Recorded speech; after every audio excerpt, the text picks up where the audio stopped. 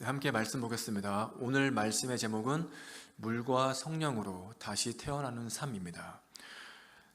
오늘 이 시간에는 우리가 함께 세례에 대한 말씀을 묵상해 보기 원합니다. 오늘 이 말씀은 예수님이 니고데모에게 하신 말씀인데요. 이 니고데모가 혹시 누구인지 아십니까? 그는 유대인들 가운데에서 가장 뛰어났던 율법사였습니다. 지금의 국회의원 혹은 법무부 장관쯤 되는 그 당시 유대인 사회에서 상위 1%에 해당하는 아주 훌륭한 사람이었습니다. 일반적으로 높은 지위에 있으면 교만하거나 혹은 욕심이 있어서 사람들의 시기와 질투를 사기 쉽지만 그는 신앙적으로 볼 때에도 또 율법적으로 볼 때에도 사회적으로 볼 때에도 흠이 없었고 수많은 사람들에게 존경받는 그러한 으뜸인 사람이었습니다. 그는 예수님의 표적을 보고서요, 예수님이 하나님으로부터 오신 분임을 정확히 알고 있었으나 당시 이스라엘의 종교적인 분위기상 예수님을 믿고 있다고 공개적으로 언급을 하는 것조차 욕을 먹는 그러한 상황이었기 때문에 모두가 잠든 밤에 홀로 예수님께 나아갔습니다. 이와 같이 그는 겉으로 볼 때에 부족함이 없는 사람이었고 수많은 사람에게 인정받는 유대인 최고의 사람 가운데 한 명이었어요. 그런데 예수님은 누가 봐도 세상적으로 완벽해 보이는 그에게 단호하게 이렇게 말씀하십니다. 너는 반드시 다시 태어나야 한다. 물과 성령으로 다시 태어나야 천국에 갈 수 있다. 언뜻 보면 이해하기가 참 쉽지 않습니다. 유대인들 가운데에서 하나님의 말씀을 가장 잘 알고 있다는 그에게 단 한마디만 하신 것이죠. 근데 그 말씀이 바로 물과 성령으로 반드시 태어나야 한다는 것입니다. 이것이 의미하는 것은 구원받기 위해서는 물로 세례받고 이어서 성령으로 세례받아야 한다는 의미인 것입니다. 이 말씀은 단지 그에게만 주어진 말씀이 아닙니다. 주님을 믿고 있는 우리 모두에게 주어진 구원에 대한 아주 중요한 말씀인 것이죠. 그래서 오늘 이 말씀 앞에서 우리는 자연스럽게 세례를 떠올릴 수 있습니다. 우리는 다 세례받게 되었습니다. 혹시 세례받던 그 순간을 기억하십니까? 어떤 분은 교회에서 받게 되었고요. 또 어떤 분은 성당에서 받는 걸로 알고 있습니다. 자, 우리가 그때 그 당시에 수십 년 전이잖아요. 그 당시 세례받은 그 장면이 혹시 떠오르시나요? 순서에 맞추어서 앞에 서 있었던 순간, 또 나의 머리에 혹은 내 몸이 물속에 완전히 잠겼던 그 순간, 세례를 준비하면서 교육을 받게 되었던 그 순간, 또 세례받는 나의 모습을 보고 있었던 수많은 사람들의 시선과 그 기도와 마음. 시간이 많이 흘렀기 때문에 지금은 그 기억이 희미해졌다고 해도 세례받던 그 마음만큼은 분명히 아직도 우리 안에 남아있을 것입니다. 자, 우리가 세례받을 때에 과연 어떠한 마음이었나요? 떨림이 있었습니까? 아니면 긴장감이 있었습니까? 아니면 설명하기 힘든 어떠한 기대와 큰 감동이 우리 안에 있었습니까?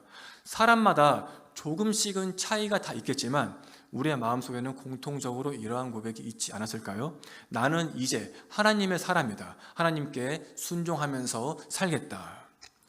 세례받으면서 눈물을 흘리신 분도 있겠고요. 또 어떤 분은 조용하지만 깊은 믿음의 결심도 있었습니다.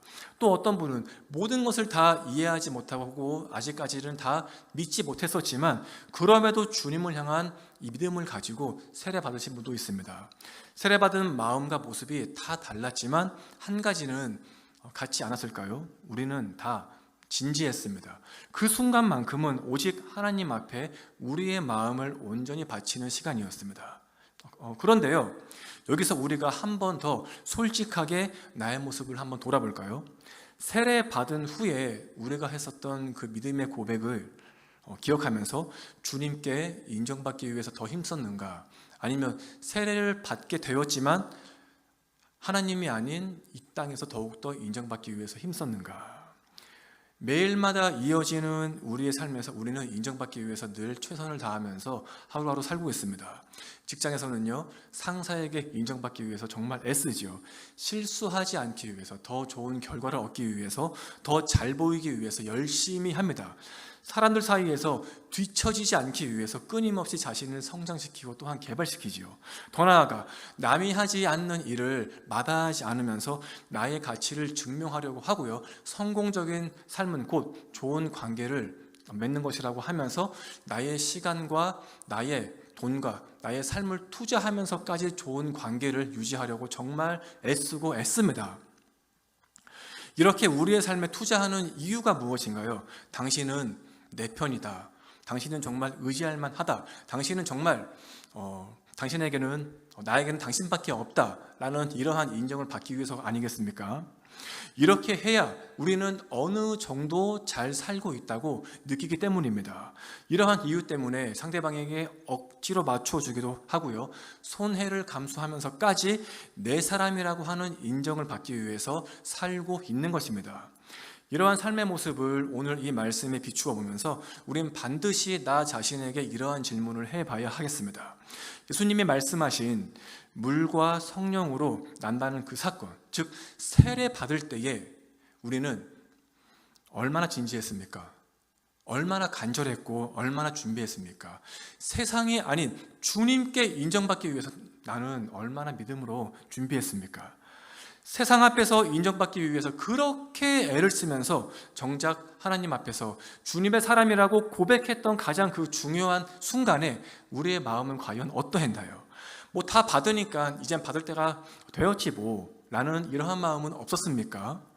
우리가 분명히 알아야 할 것은요, 세례는 결코 가벼운 의식이 아닙니다. 예수님이 우리에게 이렇게 말씀하십니다. 함께 읽겠습니다. 물과 성령으로 나지 아니하며 하나님 나라에 들어갈 수 없느니라. 아멘. 세례는 곧 우리의 신앙 고백이고요, 주님을 향한 우리에게 있는 큰 믿음의 증거이고, 죄 가운데 있었던 우리의 옛 삶을 다 주님 앞에 내려놓고 새로운 구원의 삶으로 들어가는 분명한 출발점인 것입니다. 그렇기 때문에 이 세례는 단 한 번만으로 끝나면 안 되고요, 이후에 우리의 삶 전체로 반드시 이어져야 하는 것입니다. 우리가 꼭 기억해야 할 것이 있습니다. 세례는 믿음의 완성이 아니고요, 바로 시작입니다. 믿음의 시작이에요. 이것은 세례 받은 후에 그때부터 우리에게 있어서 진짜 믿음의 삶이 출발한다는 그러한 의미입니다. 세례는 마치 어린아이가 태어나는 것과 똑같습니다. 우리가 태어났다는 것은 끝이 아니잖아요. 그때부터 새로운 삶이 시작되어진다는 그러한 의미입니다. 세례 받았으니까 이젠 괜찮다, 난 이미 하나님의 사람이다 라는 고백은 맞는 말이긴 하지만 그 고백이 우리의 삶까지 이어지지 않는다면 세례의 능력은, 주님이 직접 우리에게 임하신 그 세례의 힘은요, 점점 잃어버리게 될 수밖에 없습니다. 그러므로 우리의 삶은 매 순간마다 날마다 세례를 받던 그 날로, 그 떨림의 마음으로, 그 믿음의 결단 속으로 다시 돌아가야 합니다. 세례는 보이지 않는 은혜이지만 그 결과는 반드시 우리의 삶을 통해서 나타나야 합니다. 사람들이 우리의 삶을 보면서 주님을 느끼고 주님을 볼 수 있어야 합니다. 이렇게 사는 것과 이렇게 살지 못하는 것의 가장 큰 차이는 주님을 향한 삶에서의 변화와 삶의 방향의 차이입니다. 오늘 이 말씀을 통해서 우리가 세례받던 그 날의 마음을 다시 붙잡고 세례의 의미를 다시 회복하여서 세례가 단순한 과거의 경험만이 아니라 이제 실제의 삶으로 이어갈 수 있는 은혜의 시간이 될 수 있기를 간절히 소망합니다. 오늘 말씀은 우리에게 물로 받는 세례와 성령으로 받는 세례, 이 두 가지를 강조하고 있습니다. 우린 먼저 이 물의 의미를 정확히 알아야 합니다. 이 물은 단순히 세례의 의식을 얘기하는 것이 아닙니다. 이것은 하나님 앞에서의 이전까지의 우리의 삶을 정리해야 한다는 것을 의미합니다. 우리가 살다 보시면 정리해야 할 것들이 참 많이 있습니다. 학생이 공부를 다 마치고 사회로 나가기 전에는요, 학생이라고 하는 이 신분을 반드시 정리해야 합니다. 또한 직장을 옮길 때에도 마지막 날에 책상을 정리해야 하고 인사해야 하고 여기까지입니다 라고 선을 딱 긋는 그러한 순간이 있습니다. 이러한 과정이 왜 필요한가요? 이전의 삶을 정리해야 그 다음에야 다음의 삶으로 나아갈 수 있기 때문입니다. 우리의 신앙도 이와 같습니다. 주님은 우리에게 죄에서 나에게로 그냥 적당히 넘어오라고 하시지 않습니다. 이전의 삶과 새로운 삶 사이에 분명한 선을 그으라고 말씀하십니다. 그 선이 바로 이 물 세례입니다. 말씀에서 이 물은요, 단순히 씻는 의미를 넘어서 세상과의 구분과 분리의 의미를 가지고 있습니다. 이전까지는 죄 안에서의 삶이었다. 하지만 이제는 주님 안에서의 새로운 삶이다. 이 선이 분명해야 한다는 것입니다. 여기서 우리에게 있는 작은 문제가 무엇이죠? 정리를 잘 하지 못한다는 것입니다. 완전히 끊지도 않고 완전히 포기하지도 않고 세상과 하나님 사이에서 적당히 서서 왔다 갔다 합니다. 신앙과 믿음을 가지고 있으면서 동시에 세상의 방식도 놓지 않잖아요. 하나님도 붙잡고 있고 내가 좋아하는 것도 그대로 붙잡고 있습니다. 이러한 모습은 마치 우리가 이사를 가야 하는데 짐을 다 싸지 않고 이 집에 조금 짐을 두고 저 집에 조금 짐을 두고 이 집 갔다가 저 집 갔다가 이러한 삶과 똑같은 것입니다. 어느 한 군데에 정착하지 못하는 그러한 삶인 것이죠. 우리의 신앙이 흔들리는 이유 또한 이러한 모습에 있다는 것을 꼭 기억해야 하겠습니다. 깨끗하게 정리하지 않았기 때문에 세례받게 되었지만 완전히 하나님의 편에 선 것이 아니라 여전히 옛삶과 아직까지도 나의 삶이 연결되어 있다는 것입니다.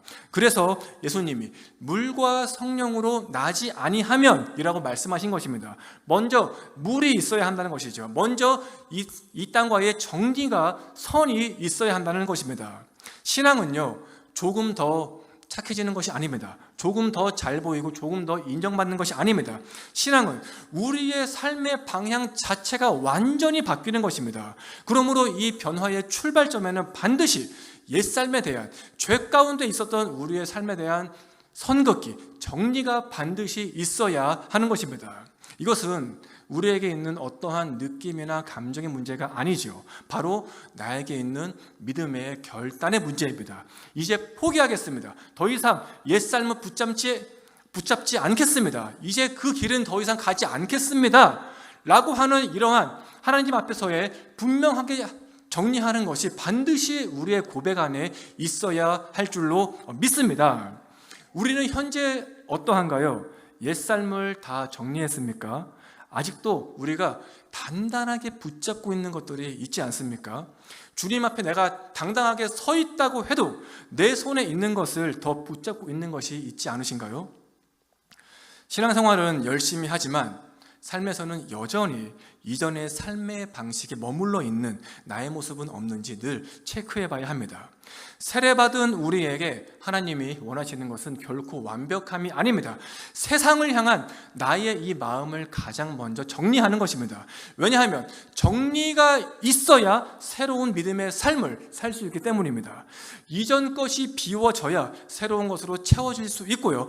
과거의 끈을 끊어야 새로운 소망의 줄을 붙잡을 수 있고, 손에 있는 것을 내려놓아야 새로운 것을 다시 붙잡을 수 있는 것입니다. 이 설명에 대해서 로마서 말씀이 이렇게 얘기합니다. 함께 읽겠습니다. 세례로 그와 함께 장사되고 새 생명 가운데에서 행하게 하려 함이라. 아멘. 세례는 이처럼 예수님과 함께 장사되는 것입니다. 완전히 죽는 것입니다. 즉 옛 삶을 애매하게 남기는 것이 아니고 완전히 다 끝내버리고 땅속에 완전히 묻어버리는 것입니다. 결국 이 세례는요, 하나님 앞에서 이전의 나의 삶은 완전히 끝났습니다 라고 분명하게 선을 긋는 행동인 것입니다. 그리고 그렇게 장사가 된 사람만이 새 생명 가운데에서 살아갈 수 있습니다. 말씀이 분명히 얘기하고 있어요. 한 번 더 함께 읽겠습니다. 세례로 그와 함께 장사되고 믿음으로 말미암아 함께 일으킴을 받았느니라. 아멘. 즉 세례받은 우리의 삶은요, 완전히 죽은 다음에 예수님과 함께 우리의 믿음을 통하여서 다시 새 생명을 얻는 그러한 역사인 줄로 늘 잊지 마시기 바랍니다.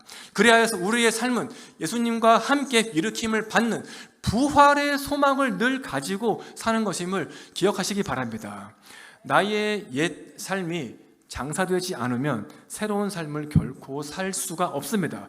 그래서 주님은 우리에게 조금만 바꾸라고 하신 것이 아니에요. 완전히 죽고 완전히 새로워져야 한다고 우리에게 명령하시는 것입니다. 우리가 이 장면에서 한 가지 더 깊이 묵상을 해봐야 합니다. 우리가 옛사람을 정리했다면 이제는 어떻게 살아가야 하는가입니다. 혹시 우리 가운데 현재도 이러한 고민이 있지 않습니까? 분명히 끊었다고 했는데 왜 또 반복이 되지? 이제는 변화된 삶을 살고 싶은데 왜 바뀌지가 않지? 우리가 만약 내 마음 가운데에서 이러한 질문을 끊임없이 하고 있다면 이것은 현재 아주 중요한 신앙적인 지점에 와 있다는 큰 증거입니다. 왜냐하면 신앙이 바로 여기서부터 갈라지기 때문입니다. 많은 사람들이 세상과 하나님 사이에서 이러한 얘기를 참 많이 합니다. 이제는 더 열심히 신앙생활을 해야겠다. 그런데요, 그렇게 해서 정말 오래 갔습니까? 처음 며칠은 정말 잘 됩니다. 조금은 변하는 것 같아 보여요. 그런데 시간이 지나면 원래의 모습으로 다시 돌아가는 모습, 우리는 참 많이 경험했습니다. 마치 새해가 되면은 몇 년째 창세기만 읽다가 끝나는 것처럼 그것과 똑같은 것입니다. 그런데요, 창세기의 말씀을 몇 번씩이나 반복적으로 읽었음에도 잠깐만 기억날 뿐 시간이 지나면 기억이 거의 다 나지 않는 것처럼 우리가 신앙적인 결단을 하기는 하지만 작심삼일처럼 오래가는 것이 참 쉽지가 않습니다. 이러한 삶이 반복이 되는 이유가 무엇인가요? 우리에게 믿음은 있지만 성령님께 우리의 삶을 온전히 다 맡기지 못했기 때문입니다. 즉 내가 하려고 했기 때문이에요. 예수님은요, 그 누구에게도 너 혼자서 잘해보라고 하신 적이 단 한 번도 없습니다. 구원받는 것은 인간이 혼자서 할 수 없는 것이기 때문에 우리에게 성령을 보내셔서 다시 태어날 수 있도록, 성령 안에서 거듭날 수 있도록 은혜와 사랑을 베푸셨습니다. 이것은 곧 성령을 통해서 우리의 삶의 방식 자체가 완전히 바뀌어야 함을 의미하는 것입니다. 이전에 우리의 삶은 어떠했나요? 내 기분이 기준이었고요, 내 생각이 늘 옳았고 내가 원하는 방향으로만 나아갔습니다. 조금 더 솔직하게 얘기하면 하나님이 아닌 내가 삶의 주인이었어요. 하나님을 고백하지만 하나님을 뛰어넘는 삶을 내가 살고 있었습니다. 하지만 성령으로 다시 태어난 사람은 조금씩 변화하기 시작합니다. 겉으로 보기에는 크게 달라진 것이 없어요. 여전히 같은 일을 하고 있고 반복되는 하루하루의 삶을 살고 있습니다. 여기서 중요한 것은 성령님이 인도하시는 삶은 겉모습이 아닌 우리의 속마음이 먼저 변화받게 되어진다는 것입니다. 어떠한 결정을 할 때에도, 어떠한 말을 할 때에도, 어떠한 행동을 할 때에도 이것이 주님이 원하시는 것인가? 사람을 살리는 말인가? 사랑을 주는 행동인가? 이렇게 한 번 더 고민하게 됩니다. 이와 같이 성령께서 우리 안에 계시면 하나님과 세상 사이에서 늘 우리는 영적 싸움을 할 수밖에 없습니다. 마음 안에서 영적 싸움을 하고 있다는 것은 결코 흉이 아닙니다. 이것은 곧 큰 믿음의 변화가 내 안에서 싸우고 있다는 하나의 증거이기 때문입니다. 믿음이 없으면요, 영적 싸움 없어요. 하지만 믿음이 있으면 매 순간마다 영적 싸움을 경험하게 되어집니다. 세례받음으로 내 안에 새로운 기준이 세워졌다는 큰 증거입니다. 우리는 이것을 반드시 기억해야 합니다. 신앙적인 삶은요, 단 한 번에 바뀌지 않습니다. 성령님의 인도하심에 순종하면서 나아갈 때에 우리의 삶의 방향을 맞추는 삶인 것입니다. 그러므로 성령 안에서 다시 태어난 삶은 혼자서 외롭게 애쓰는 것이 아니라 함께 걸어가는 삶이 되어야 합니다. 주님과 함께 걸어가고 교회와 함께 걸어가고 나의 옆에 있는 성도와 함께 걸어가는 삶이 되어야 합니다. 물로 정리된 삶 위에 성령께서 인도하시는 삶이 더해질 때에 우리는 비로소 새 생명을 얻게 될 수 있는 것입니다. 이처럼 세례를 통하여서 우리의 정체성은요, 점점 하나님의 사람으로 바뀌어 갑니다. 말씀도 분명하게 우리에게 이렇게 얘기하고 있습니다. 함께 읽겠습니다. 누구든지 그리스도와 연합하는 세례를 받은 사람은 옷을 것입니다. 아멘. 우리가 이전에는요, 죄에 거했던 삶이었다면 세례받은 후에는 예수 그리스도의 생명으로 덮인 존재가 되었다는 것입니다. 우리가 수십 년 전이지만요, 옛날에 데이트할 때 기억하시나요? 네, 기억이 안 나시나 보네요. 자, 추운 날, 특히 비 오거나 추운 날이 있으면요, 옆에 있는 내 짝꿍의 옷을 입었을 때가 있습니다. 네. 있겠지요. 네, 아멘 나왔습니다. 있을 거예요. 자, 그때를 기억하면요, 내가 정말 사랑하는 사람이 아니었으면요, 난 그 옷을 입지 않아요. 근데 내가 사랑하기 때문에, 내가 믿기 때문에, 그 따뜻한 이 체온을 조금이라도 더 느끼고 싶기 때문에 그 옷을 내가 빌려 입습니다. 지금 이렇게 살며시 웃는 분들은 다 그러한 기억이 있는 것 같아요. 예, 이와 마찬가지입니다. 우리가 늘 주님 앞에 기도하잖아요. 하나님, 내가 힘들 때에 주님의 크신 위로하심이 나에게 함께 해주세요. 하나님, 내가 힘들 때에 주님의 그 사랑으로 회복되게 해주세요. 내가 외롭고 어떠한 앞길이 보이지 않을 때에 주님의 따뜻한 손길로 나의 삶을 인도해 주세요. 이러한 고백을 하는 이유가 무엇인가요? 주님의 따뜻한 그 손이, 주님의 따뜻한 이 옷이 우리 가운데 입혀짐으로써 우리가 주님 안에서 위로받고 다시 한 번 더 그 사랑을 확인하기 위해서 아니겠습니까? 똑같은 것입니다. 우리가 이전에는요, 죄에 거했던 삶이었다면 세례받은 후에는 우리가 진정한 예수님의 사랑과 위로와 생명이 담겨있는 그 옷으로 입게 되었다는 것입니다. 예수님으로 덮어진 삶이기 때문에 이제는 우리의 삶도, 우리의 정체성도, 우리의 마음도 주님이 원하시는 방향으로 바뀌어서 하나님을 향한 선한 양심으로 하루하루 살아갈 수 있다는 것을 잊지 마시기 바랍니다. 선한 양심을 가지고 하루하루 사는 것이 주님이 우리에게 세례를 베푸신 목적인 것임을 늘 기억하시기 바랍니다. 우리 교회는요, 6월 첫 주에 창립주일에 세례식이 있고요, 이제 다음 주부터 2주 동안 세례의 교육이 이어집니다. 혹시 오늘 이 말씀처럼 믿음의 확신이 적었을 때에, 혹은 때가 되었기 때문에, 혹은 마음의 준비가 잘 안 되었을 때에 세례 받으신 분이 계신다면요, 이번 세례 교육에 함께 참여하셔서 예수님에 대해서, 십자가에 대해서, 또 구원에 대해서 깊은 영적인 경험을 할 수 있기를 간절히 원합니다. 세례에 대한 한 가지 간증을 이어가겠습니다. 제가 이전에 있던 교회에서요, 정말 50이 넘도록 20년째 교회를 다녔지만은 마음의 준비가 되지 않아서, 또 믿음의 준비가 되지 않았다고 스스로 봤기 때문에 오랫동안 세례받지 않으신 분이 있었어요. 그분이 항상 이렇게 얘기했습니다. 교회에서 1년에 한두 번씩 이루어지는 이 세례식에 매년마다 하자고 얘기를 듣게 되었지만은 그분은 난 아직 아닙니다 라고 이렇게 얘기를 했다고 해요. 왜냐하면 아직까지 그분의 마음속에는 하나님을 향한 확신이 없었기 때문입니다. 근데 어느 날 또 다시 한 번 더 2달 앞으로 세례식이 다가왔습니다. 그때도 그분이 완강히 거부했다고 합니다.